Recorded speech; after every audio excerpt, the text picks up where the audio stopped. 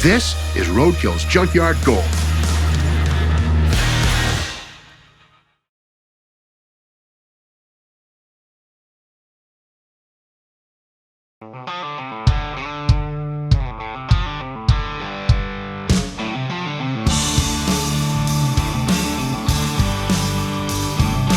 On this episode of Roadkill's Junkyard Gold, we're in Shelby, North Carolina at Sundell Auto Specialties. In this 10-acre collection of GM muscle cars, I hear talk of an aluminum engine Chevrolet, an Oldsmobile machine, a tri-power Pontiac, and a very special Chevrolet made just for NASCAR fans here in the South. And as always, we'll be looking for the next Roadkill rescue. While the sun is out, the birds are chirping, let's get started.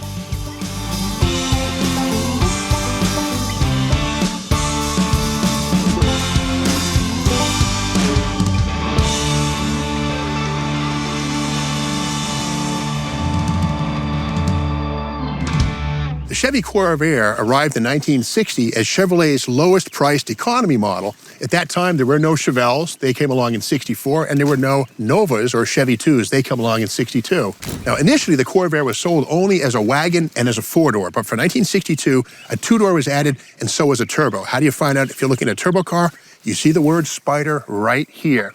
But to see that turbocharged engine, we don't look here. That's the trunk. Corvairs were rear engines. We go to the back. And there it is. That's the turbocharger right there that bumps this engine from 95 to 150 horsepower. A lot of times this equipment is troublesome, people remove it, and it's rare to see one of these things intact in the junkyard. The carburetor is kind of unique. This is a Carter YH series side draft carburetor. That's right, it's not a normal up and down draft. It runs sideways, similar to the carburetors used on 1953 and 54 Corvette inline six-cylinder cars, although they had three instead of one of these carburetors. But being a side draft is not affected by turns and cornering. The floats don't get confused. The turbo motor also has heavy-duty forged connecting rods and pistons, and this is the motor you want in your Corvair if you're building a hot rod carbureted engine. Now that turbocharger makes 10 psi of boost. These cars have a very special instrument cluster to keep the driver informed. The turbo cars all came with a gauge package, including a manifold pressure gauge, which told the owner how much boost the turbocharger is making. And of course, all of these cars have a 120 mile-an-hour speedometer versus the 100 mile-an-hour speedometer found in non-turbo Corvairs. Tachometer reads to 5,500 RPM. And the most important gauge of all is the cylinder head temperature gauge. This reads up to 600 degrees Fahrenheit. Keep in mind, the Corvair's Flat 6 is an air-cooled engine. There's no radiator, there's no liquid coolant. So if you're driving these too hard, it is possible to overheat the engine with too much boost and too much temperature. This is there to warn the driver to calm down a little bit. Now, these turbo Corvairs were sold with manual transmissions, either a 3 or 4-speed stick, no automatics. This one is a 4-speed, and it's just in such amazing original condition. You don't find them like this in the junkyard very often at all.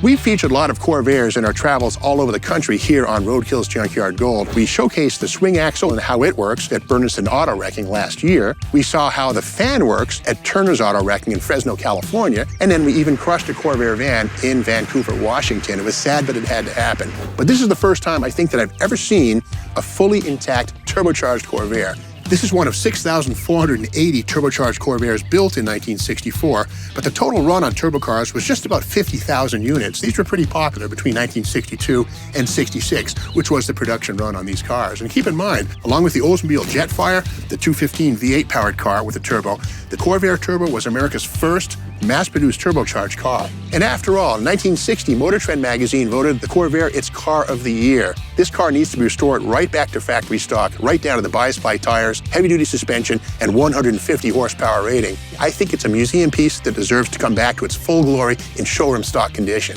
This yard specializes in General Motors products, and the Corvair is a Chevy, but there's still lots of Buick, Olds, and Pontiac metal to look at. Let's get at it.